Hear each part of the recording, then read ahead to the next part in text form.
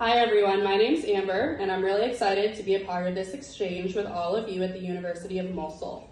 In my class, we've been learning about how wealth, power, and social classes have shaped the modern Middle East, and Iraq is one of the most powerful examples of that story. We started this class after World War I, when Britain created the mandate system. Iraq's new political and economic structures were built around a small elite.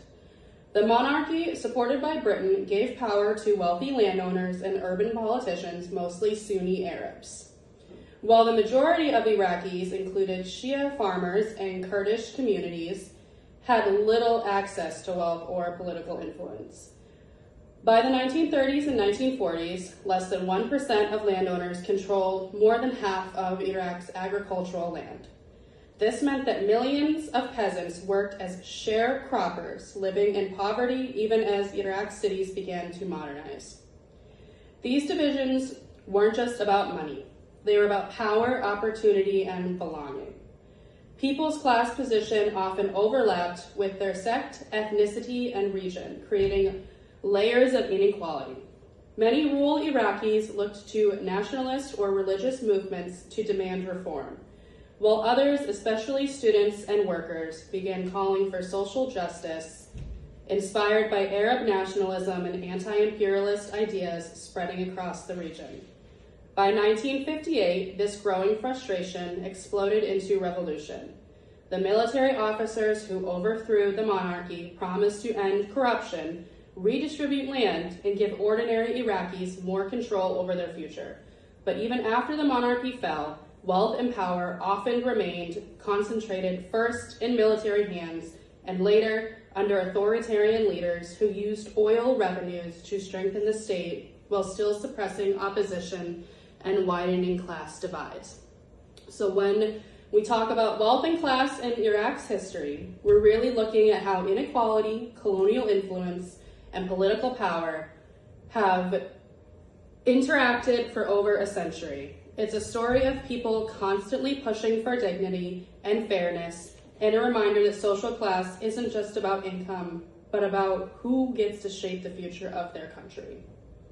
Orientalism is really about how Europe has tried to define the Middle East through its own version of what it thinks is right or civilized. Europeans often acted like their way of seeing the world, their culture, and their history were the correct standards, and that anything different was wrong or backwards. Because of that mindset, they wrote and taught history in a way that centered Europe as the most advanced and important, while treating the Middle East as a side story or place that needed to be corrected. This way of thinking didn't just show up in textbooks. It showed up in art, movie, and even politics, where the Middle East was often described as an exotic or chaotic place that the West often helped. That view allowed Europe to justify control and intervention by preventing it for the good of the people there. So Orientalism isn't just about misunderstanding another culture. It's about shaping history itself to make one side seem superior and using that idea to keep the power over the other. Colonialism ties directly into the idea of power. After World War I, European countries like Britain and France shaped the Middle East, drawing borders and creating new states without considering the people who lived there. For example, they split the Ottoman Empire into lands into where the British and French control. These colonial decisions created long-term political and social problems, like border disputes and ethnic divisions that still affect the region today. Colonial powers also controlled resources, especially oil, and installed leaders who would protect Western interests rather than represent their own people. So when we study colonialism in the Middle East, we're really looking at how the outside powers reshaped the region for their own benefit and how the effect of that still shows up in modern conflicts in global politics. Next, we'll be going over the Ottoman Empire, which collapsed during World War I. According to our textbook, the fall ended centuries due to its improper imperial rule. And later, after the war, Britain and France divided the Ottoman Empire through an agreement known as the Sykes-Picot and the Treaty of Sevres. They created the many new states, which includes Iraq, Syria, Lebanon, Jordan, and Palestine. Often without considering the ethnic or religious groups living there. These borders then created many tensions that even still affect the Middle East even today. These are the types of things that we also learned within our class. There's Pan-Arabism, which focuses on the unity of the Arab people based upon their language and their culture and their religion. Then there's religionism, emphasize returning in faith in political and social life, writing against the Western influences like Orientalism. And then there's Islamism, which went further, calling the governments based on Islamic law and values, believing that this was the best path for justice and unity for other Islamic countries. There were two movements. There was the Pan-Arab movement and then the movement of independence. When it came into the 1940s and 50s, the Pan-Arab became stronger under an Egyptian leader known as Gamal Abdel Nasser. He encouraged Arab people to unite and resist against Western control. And during this time, the Middle East countries like Iraq, Syria, Egypt, and Lebanon then won their independence through these protests and negotiations.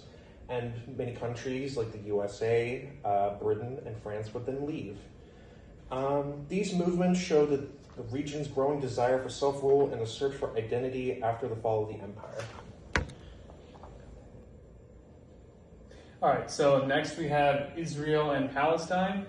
So first we're going to talk about the rise of Zionism and British control. So the conflict between Israel and Palestine began with the idea of Zionism, which was a movement that called for a Jewish homeland in Palestine. During the early 1900s, Britain supported Zionism and controlled the area after World War I through the British Mandate. All right, so next, the creation of Israel.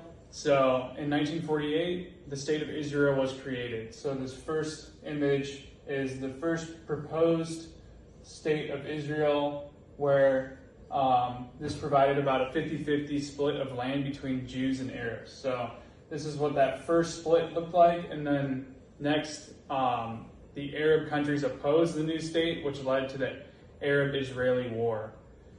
So after that Arab-Israeli War, Israel took over more land in the area, which is the second image.